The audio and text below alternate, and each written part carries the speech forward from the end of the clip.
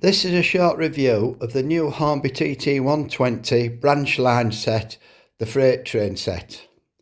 This was only released on Thursday or Friday this past week, and mine was delivered this Sunday, so I'm doing a review now. The locomotive is a Southern Region B4 tank engine. On first appearance, it might not have all the details of some of the other models that Hornby have produced in TT120, but with a loco, 2 wagons, track and controller for less than £100, it is really a very good model. As can be seen, it still has quite a bit of rivet detail as well as a few tank details as well. Here at the top of the tanks. The model is actually quite light, weighing in at just 36 grams. I think the 36 grams comes because the chassis is only plastic.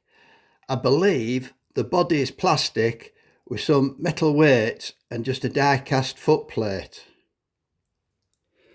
What is very good, I think, is the coupling system used here.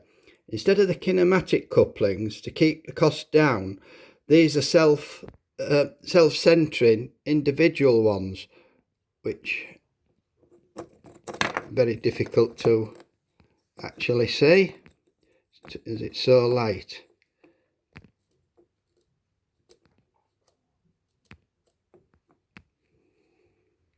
Those couplings would make it a lot easier for people who do some scratch building or modification, because you don't need the full kinematic system.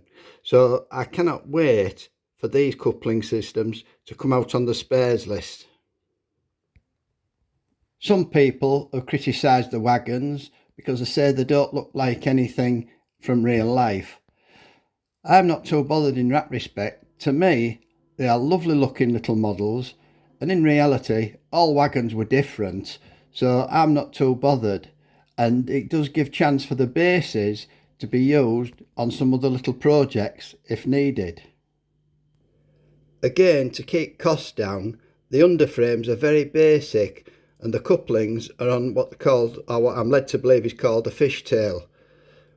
That doesn't matter, it still works, and that's similar to the later Pico style couplings. Buffers, underframes are all moulded in one piece, but again, that doesn't really matter. Not to me anyway. You can see here, this is the slowest that I can get the model to go across the Hornby points. On the Gauge Master controller, it is set at 15.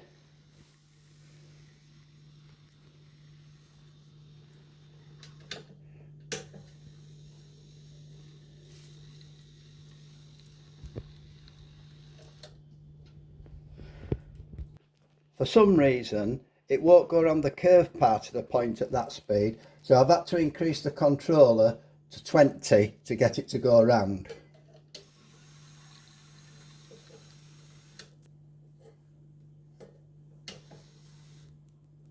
And you can see there, that's just lowered it down to just under 20 and it's stopped. Going back up to 20.